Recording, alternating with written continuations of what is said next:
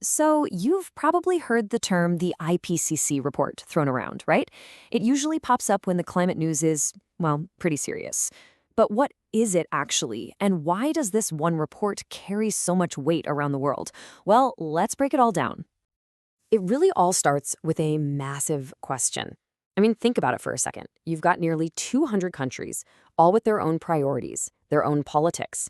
How in the world could they all come to an agreement on a single set of scientific facts about something as complex as climate change? Honestly, it sounds kind of impossible. But here's the answer. It happens because of something you can think of as a global scientific report card. It's like a massive, detailed health check for planet Earth. And the key thing is, it's not just written by the world's top scientists, it's also agreed upon by all the world's governments. This is the tool that manages to take thousands upon thousands of studies and forge them into one single global consensus. All right, so to really get the report, first you have to understand the group that makes it. What does IPCC even mean? And there it is, the Intergovernmental Panel on Climate Change. Okay, so it's a UN body, and its entire reason for being is to assess the science of climate change and tell us, here's what we know.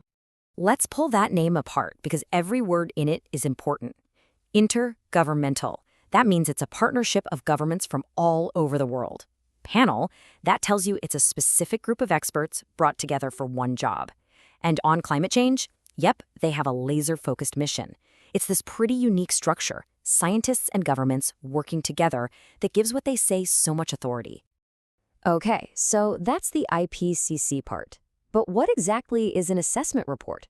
The name itself might sound a little dry, but what it represents is, well, it's huge. And this is a really, really important point that a lot of people miss.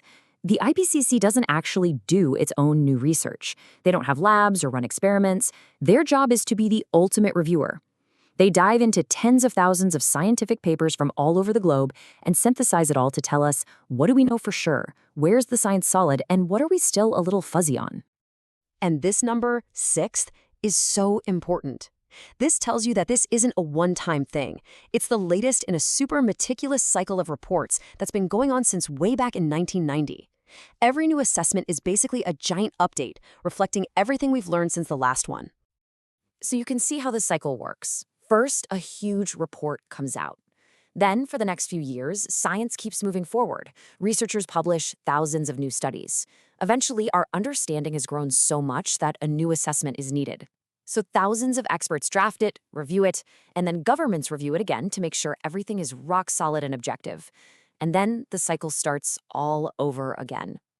And this brings us to the most important question of all, right? So what? Why does all of this incredibly detailed science matter in the real world? How does it actually lead to action? This is where you see the critical handoff. The IPCC's job is to deliver the objective facts. They lay out what the science says, plain and simple.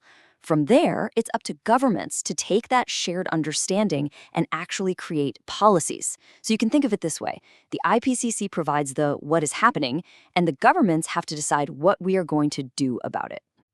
And that right there is its ultimate purpose. The report becomes the bedrock, that shared foundation of facts that every country can work from.